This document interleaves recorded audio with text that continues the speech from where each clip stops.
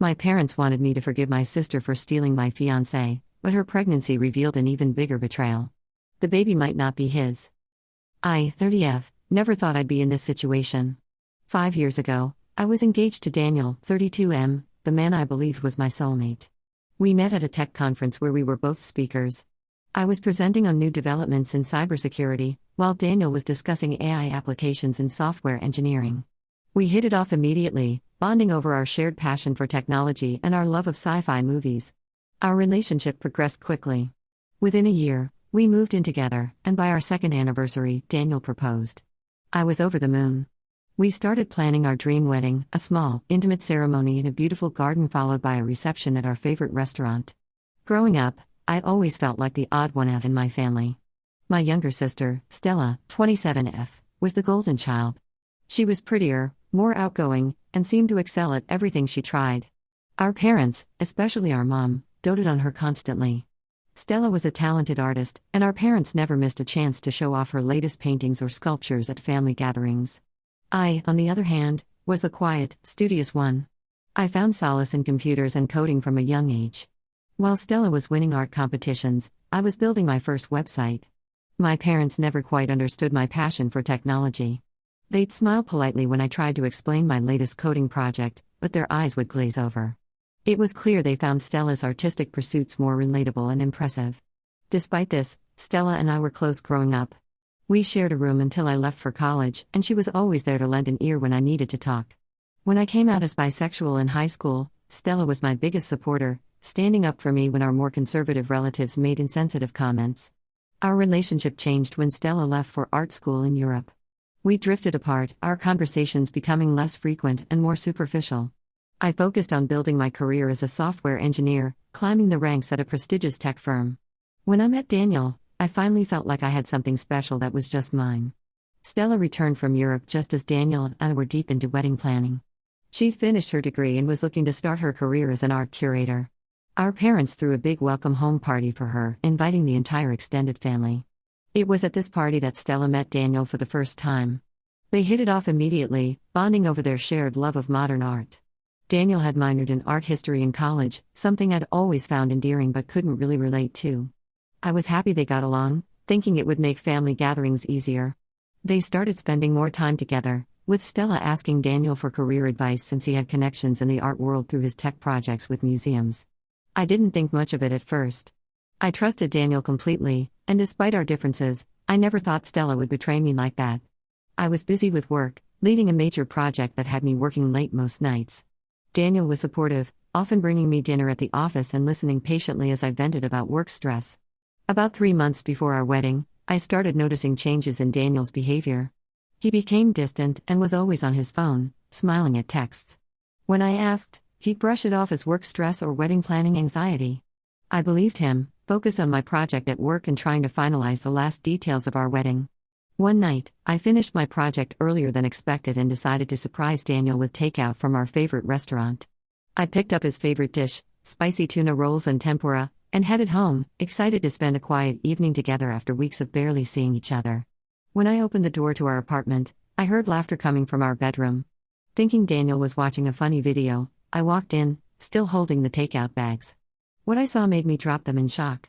Daniel and Stella were in our bed, tangled in the sheets I had picked out when we first moved in together. The world stopped. I couldn't breathe. They both jumped up, trying to explain, but I just turned and walked out. I got in my car and drove, not knowing where I was going. I ended up at a park where Daniel and I used to have picnics. I sat there for hours, trying to process what I had seen. The next few days were a blur. Daniel kept calling and texting, begging for forgiveness. He said it was a mistake, that he still loved me and wanted to marry me. Stella showed up at my apartment crying, saying it was a moment of weakness and she was sorry. I couldn't look at either of them. I told Daniel the wedding was off and blocked both their numbers. The worst part was my family's reaction. Instead of supporting me, they tried to convince me to forgive them. My mom said I should be happy for Stella finding love, that Daniel was clearly meant to be part of our family one way or another. She suggested that maybe this was for the best, as Stella and Daniel had more in common anyway. My dad was a bit more sympathetic, but still suggested I was overreacting. He said these things happen and that holding on to anger would only hurt me in the long run. He shared a story about how his brother had dated his wife before they got together, as if that was at all comparable to my situation. Only my older brother, Nate, 33M, stood by me. He was disgusted by what Stella and Daniel had done. Nate had always been my protector growing up, stepping in when kids at school bullied me for being the computer nerd. Now, he was the only one in my family who seemed to understand the depth of this betrayal. I took a leave of absence from work and spent a month at Nate's place, trying to piece myself back together. Nate's wife, Lisa, was incredibly supportive. She'd make me tea and sit with me for hours as I cried, never pushing me to talk but always ready to listen when I needed to vent. When I returned to work, I threw myself into my projects. I took on extra assignments, working nights and weekends. Anything to keep my mind off what had happened. My colleagues noticed the change in me, but thankfully, they didn't pry. A few months after I returned, I found out through office gossip that Daniel and Stella were officially dating. They had been spotted at a local art gallery opening, looking very much in love. The news reopened wounds I thought had started to heal. I focused on my work and started rebuilding my life, determined to move past the betrayal. I joined a support group for people who had been cheated on, which helped me process my feelings. I also started taking kickboxing classes, finding the physical outlet therapeutic. Now, 2 years later, I've received an invitation to Stella and Daniel's wedding. The invitation was cream-colored with gold lettering, sickeningly elegant. My parents called me as soon as they knew I'd received it, insisting I attend to put the past behind us. They're calling it a family reunion and say it's time to let bygones be bygones. They don't understand why I'm still upset. My mom says I'm being selfish for not wanting to celebrate my sister's happiness. She keeps bringing up how I should be grateful that Stella found my Daniel for me, as if she did me a favor by revealing his true character before we got married. I told them I won't be attending. I can't stand the thought of watching the man I loved marry my sister. The idea of seeing them exchange vows, knowing that they betrayed me, makes me physically ill. I've worked hard to move on with my life, and I'm worried that attending this wedding will undo all of that progress. My parents are furious. They're threatening to cut me off if I don't show up. My mom dramatically said I was tearing the family apart and needed to grow up. My dad, in a rare moment of assertiveness, said he wouldn't pay for my cousin's upcoming wedding if I didn't attend Stella's. I'm financially independent, so these threats don't hold much weight, but it still hurts to hear them. Even Nate, who initially supported me, is now saying maybe I should consider going for the sake of family peace. He says he understands my feelings but thinks that attending the wedding might help me find closure. I appreciate his concern, but I don't think he fully grasps how difficult this is for me. I feel like I'm going crazy. The constant pressure from my family is making me question my decision. Am I really the asshole for not wanting to attend this wedding? Should I suck it up and go for the sake of family harmony? Or am I justified in staying away from people who hurt me so deeply? I could use some outside perspective here. Am I being unreasonable, or is my family asking too much of me? Update 1. Hey everyone, I'm back with an update. First, I want to thank all of you for your supportive comments. They really helped me stay strong in my decision not to attend the wedding. Your words of encouragement reminded me that it's okay to prioritize my own emotional well-being. After my last post, things escalated pretty quickly. My parents doubled down on their efforts to get me to attend the wedding. They started calling me daily, leaving long voicemails about family duty and forgiveness. My mom even went as far as to email my boss, asking him to give me time off for a family emergency, the emergency being my absence from Stella's wedding. Thankfully, my boss is understanding and didn't pry into my personal affairs. The pressure wasn't just coming from my immediate family. Extended relatives started reaching out too. My Aunt Susan, who I've always been close to, called to reminisce about how Stella and I used to play wedding as kids, dressing up in her old clothes. She thought this anecdote would somehow convince me to attend the real wedding. My cousin Jake, who's getting married next year, texted to say he'd be really hurt if I didn't come to Stella's wedding, as it might mean I wouldn't come to his either. It felt like emotional blackmail from all sides. Then, about a week ago, I received a text from Stella. She said she wanted to meet up to talk things through before the wedding. Against my better judgment, I agreed. We met at a neutral coffee shop, one I'd never been to before to avoid any painful memories. When Stella walked in, I was struck by how different she looked. Her hair was shorter, dyed a vibrant red that suited her artistic personality. She was wearing a flowing bohemian dress that showed off a small baby bump. My heart sank as I realized what this meant. Stella started by apologizing again for what happened with Daniel. She said they never meant to hurt me and that their relationship just happened. She talked about how they connected over art and shared dreams, things she claimed I could never understand. It felt like she was justifying their betrayal all over again. Then she dropped the bombshell: she's pregnant. She and Daniel are expecting a baby, due a few months after the wedding. She said she hoped this news would help me see that their relationship was meant to be and that I should be happy for them. Stella went on about how excited our parents are to be grandparents and how the baby would bring the family closer together. I was stunned. All the pain and anger I thought I'd dealt with came rushing back. The idea of Daniel having a child with my sister felt like a fresh betrayal. I told Stella that her pregnancy doesn't change anything. What she and Daniel did was a betrayal, and a baby doesn't erase that. I also made it clear that while I don't wish them ill, I have no desire to be part of their lives or their child's life. Stella got upset, accusing me of being selfish and denying my future niece or nephew a relationship with their aunt. She said I needed to let go of the past for the sake of the family. She even suggested that I might be the godmother, as if that would somehow make everything okay. I remained calm but firm, telling her that my decision was final. I explained that I've worked hard to rebuild my life and find happiness again, and that being involved in their lives would be detrimental to my mental health. I wished her well with her pregnancy and left, feeling both drained and relieved to have stood my ground. When I got home, my phone was blowing up with messages from my parents. Apparently, Stella had called them right after our meeting, crying about how unreasonable I was being. Now they're even more insistent that I attend the wedding, saying I need to be there to welcome the new addition to the family. My mom left a particularly hurtful voicemail, saying that my selfishness might deprive her grandchild of a loving aunt. I'm standing firm in my decision not to go, but the pressure is intense. Nate called me yesterday, saying he understands my position but thinks I should reconsider for the sake of family unity. He suggested I at least attend the ceremony to show support, even if I skip the reception. He means well, but I don't think he understands how painful it would be for me to watch Daniel marry Stella, pregnant with their child. The whole situation has brought up a lot of old insecurities. I find myself wondering if Daniel left me for Stella because she's more attractive or interesting. I know these thoughts aren't healthy, but it's hard not to compare myself to her, especially now that she's having his baby. I've started seeing a therapist to help me deal with all these emotions. It's been helpful to have a neutral party to talk to, someone who can help me process my feelings without judgment.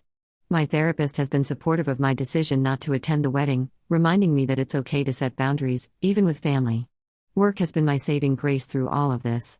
I've thrown myself into a new project, developing a cybersecurity system for a major bank. The long hours and mental challenge have been a welcome distraction from the family drama. I'm feeling overwhelmed and conflicted. Part of me wants to cave just to stop the constant barrage from my family. But another part of me feels like attending would be a betrayal of myself. I've worked hard to rebuild my life and find happiness again, and I'm worried that going to this wedding will undo all of that progress. So, that's where things stand now. I'm still planning not to attend, but the family pressure is really getting to me. Any advice on how to handle this situation would be greatly appreciated. How do I stay strong in my decision while dealing with the guilt trips from my family? And how do I move forward knowing that Daniel and Stella will soon have a child, a permanent reminder of their betrayal? Thanks again for all your support. Update 2. Hey everyone, I'm back with another update. Things have taken an unexpected turn, and I'm still trying to process everything that's happened. First, I want to thank you all again for your supportive comments. They really helped me stay strong in my decision not to attend the wedding, despite the intense pressure from my family. Your words of encouragement reminded me that it's okay to prioritize my own emotional well-being. About a week ago, I received a call from Nate. He sounded upset and asked if we could meet in person. We agreed to meet at a local park, a neutral space where we used to play as kids. When I arrived, Nate was already there, pacing nervously near the old swing set. As we walked around the park, Nate dropped a bombshell on me. It turns out that Stella had confided in him that she wasn't sure if Daniel was actually the father of her baby. My mind was reeling as Nate explained further. Apparently, Stella had a brief fling with her ex-boyfriend, a fellow artist named David, around the same time she got together with Daniel. She hadn't told anyone about this, not even Daniel. Nate found out because he overheard Stella talking to her friend about it on the phone when he was helping her move some furniture. I was stunned. Part of me felt vindicated. This proved that Stella hadn't changed and was still as selfish and deceitful as ever. But mostly, I just felt sad for the mess this whole situation had become. I thought about Daniel, excitedly preparing for fatherhood, not knowing that the child might not be his. Nate was torn about what to do with this information. He felt Daniel had a right to know, but he also didn't want to cause more drama right before the wedding. He was worried about how it would affect our parents, especially our dad who had been having health issues lately. He asked for my advice, which put me in a really difficult position. I spent the next day thinking it over. I barely slept, tossing and turning as I weighed the pros and cons of revealing this information. On one hand, it wasn't my place to get involved in Stella's life anymore. On the other hand, Daniel deserved to know the truth, regardless of our history. After much deliberation, I decided that Daniel needed to know the truth. Despite everything that had happened between us, I couldn't let him potentially marry Stella and raise a child that might not be his without having all the facts. It felt like the right thing to do, even if it would cause more chaos in the short term. I asked Nate to give me Stella's number. I had blocked it years ago. With shaking hands, I dialed the number. Stella answered on the third ring, her voice cautious when she realized it was me. I cut straight to the chase, telling her what I knew about her fling with David. She gasped, then started crying, begging me not to say anything. I gave her an ultimatum. She had 24 hours to tell Daniel herself, or I would do it. Stella pleaded with me, saying it would ruin everything, but I stood firm.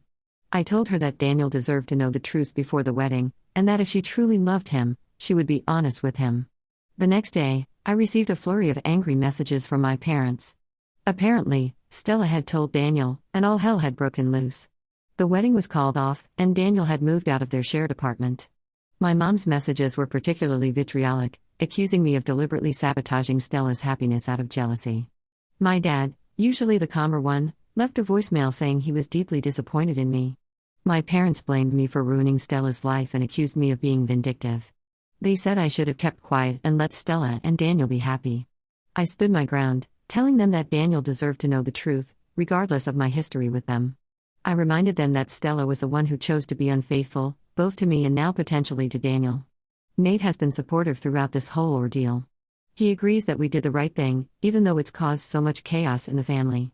He's been running interference with our parents, trying to get them to see reason. He reminded them of how they raised us to value honesty and integrity, and that by revealing the truth, we were living up to those values. As for me, I'm feeling a mix of emotions. I'm relieved that I don't have to deal with the pressure of the wedding anymore, but I'm also sad about the whole situation. Despite everything, Stella is still my sister, and it's hard to see her going through this, even if it's a result of her own actions. I can't help but wonder how different things might have been if she had made better choices. Daniel reached out to me yesterday. His voice was hoarse, and he sounded exhausted. He thanked me for telling him the truth and apologized again for what happened between us. He said he was getting a paternity test done and was re-evaluating his entire relationship with Stella. I appreciated his words, but I made it clear that while I don't hold any grudges, I'm not interested in rekindling our friendship. Too much has happened, and I need to prioritize my own healing. Stella hasn't contacted me directly, but I heard from Nate that she's staying with our parents. Apparently, she's devastated and claims that she was going to tell Daniel the truth after the wedding. I'm not sure I believe that, but it doesn't really matter now. My colleagues have noticed that I've been distracted lately. I finally confided in my team lead about what's been going on. She was incredibly understanding and offered to redistribute some of my workload if I needed time to deal with family issues. I'm grateful for her support, but for now, work remains a welcome distraction from all the drama. So, that's where things stand now. The wedding is off, my family is in chaos, and I'm trying to navigate this new reality. I'm planning to take some time for myself, maybe go on a solo trip to clear my head. I've always wanted to visit Japan, and now seems like as good a time as any to take that trip. I'm still processing everything that's happened and trying to figure out what it means for my relationships with my family moving forward. Part of me hopes that this situation will be a wake-up call for Stella and that she'll take responsibility for her actions. But another part of me is wary of getting my hopes up. Thank you all again for your support throughout this crazy journey. Your advice and encouragement have been invaluable. I'll update again if there are any significant developments, but for now, I'm focusing on taking care of myself and moving forward with my life. Update 3. Hi everyone, I'm back with what will probably be my final update on this situation. It's been a roller coaster few months, and I wanted to share where things have landed. First, the paternity test results came back. It turns out that Daniel is indeed the father of Stella's baby. This news brought a whole new wave of drama to the family. Stella and Daniel are cautiously trying to work things out, but their relationship is understandably strained. They're attending couples counseling, but from what Nate has told me, it's been a difficult process. My parents have done a complete 180. They're now furious with Stella for almost ruining things with Daniel and potentially denying them their grandchild. It's been strange to watch them suddenly shift their golden child status away from Stella. My mom, who was Stella's biggest defender, now barely speaks to her. My dad, always the more pragmatic one, is trying to mediate between everyone, but it's clear he's deeply disappointed in Stella. As for me, I've maintained my distance from the whole situation. I took that solo trip I mentioned in my last update, 2 weeks in Japan. I visited ancient temples in Kyoto, hiked Mount Fuji, and spent nights in Tokyo's bustling Shibuya district.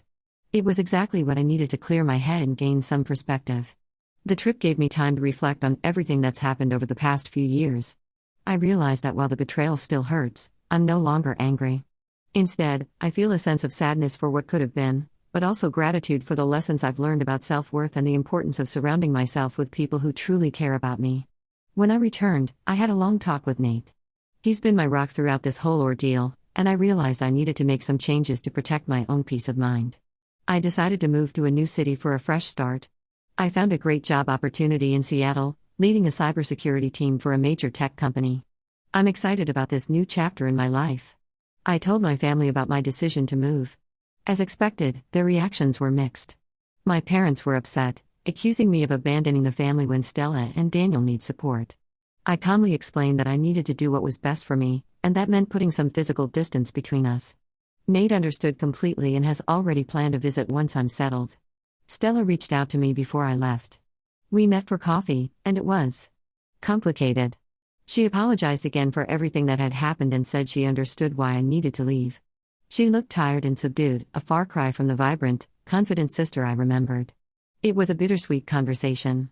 While I appreciated her words, too much has happened for us to ever have the close relationship we once had.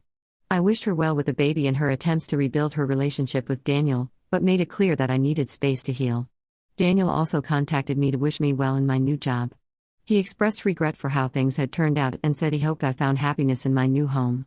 I thanked him politely but kept things brief. Like with Stella, too much has happened for us to ever be friends again.